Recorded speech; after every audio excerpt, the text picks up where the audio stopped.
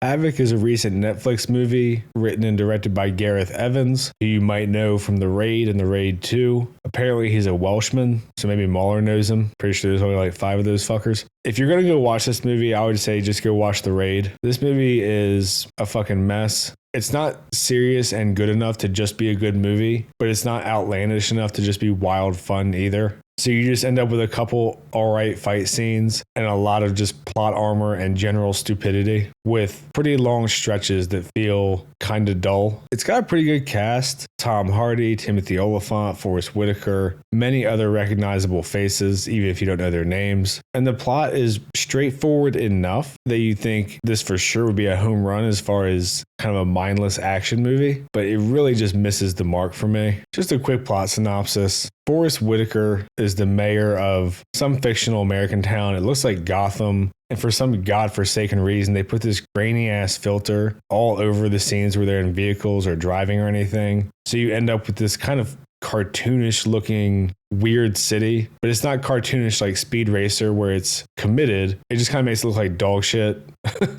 So Forrest Whitaker's son and his girlfriend are in debt to the triad. They have to commit a drug deal. They end up being chased by cops, causes a whole kerfuffle. When they're going to get squared away with the triad has a betrayal and gets shot up by these masked gunmen that you later on find out are the corrupt cops that work with Tom Hardy. All of the cops are corrupt. It's like a completely lawless shithole. So you end up with multiple factions of the triad mom who wants revenge for her son getting killed, Tom Hardy who's trying to get squared away with Forrest Whitaker's son and girlfriend who are just trying to survive and escape, and then the corrupt cops that aren't with Tom Hardy who are running a racket. Tom Hardy gets assigned a non-cynical cop who's relatively new named Ellie, played by Jessie Mae Lee, who's cute, but apparently are they them, so ugh. She wants to do a good job because she's not corrupted yet. You get kind of a backstory that Tom Hardy, Timothy Olyphant, and a couple of these other guys accidentally killed a guy because they were doing some corrupt shit. Tom Hardy is estranged from his wife and daughter. But frankly, this stuff just kind of pads out the runtime. There's not really any kind of satisfying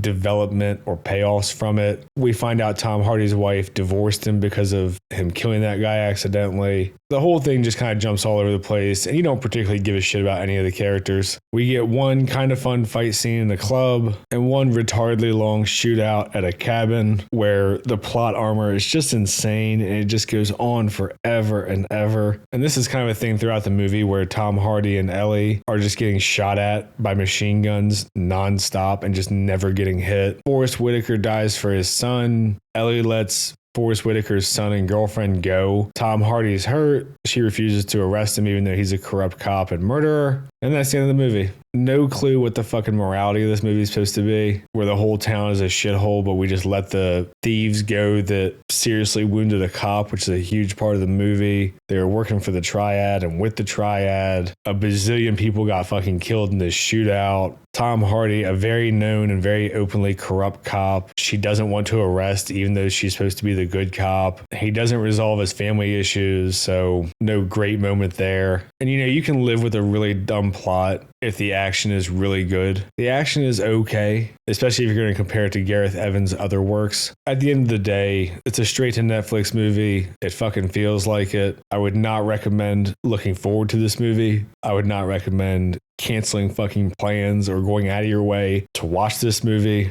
This is the type of movie that maybe if you're hungover and don't want to pay attention too much, or if you want to read a book and have some background noise or fuck around on TikTok or whatever and need background noise, this is the appropriate movie for that. You don't need to pay attention because there's no point. You could probably just watch the action scenes on YouTube and get what you need to out of this movie. But overall, it's super disappointing. I really like the cast. Obviously, Gareth Evans has a great reputation for action, and there's just really not much fun to have with this movie. It's kind of dark and dour. Every cop is corrupt. Every person's a piece of shit. Everybody is a criminal. And it's okay to have that kind of dark tone if you're going to do something with it, but to have this miserable ass setting, and then it's just never even really acknowledged or a huge part of the story, I just don't see the purpose. I mean, you might use that kind of environment in a movie like Wanted with James McAvoy. A big part of the movie is that he's miserable. He's kind of beaten down by life. And then when he realizes what he's capable of and he stands up for himself, he tells Chris Pratt, who's banging his girlfriend, to fuck off. He tells his boss to leave him the fuck alone. He's hanging out with Angelina Jolie. He's going to get revenge. He's in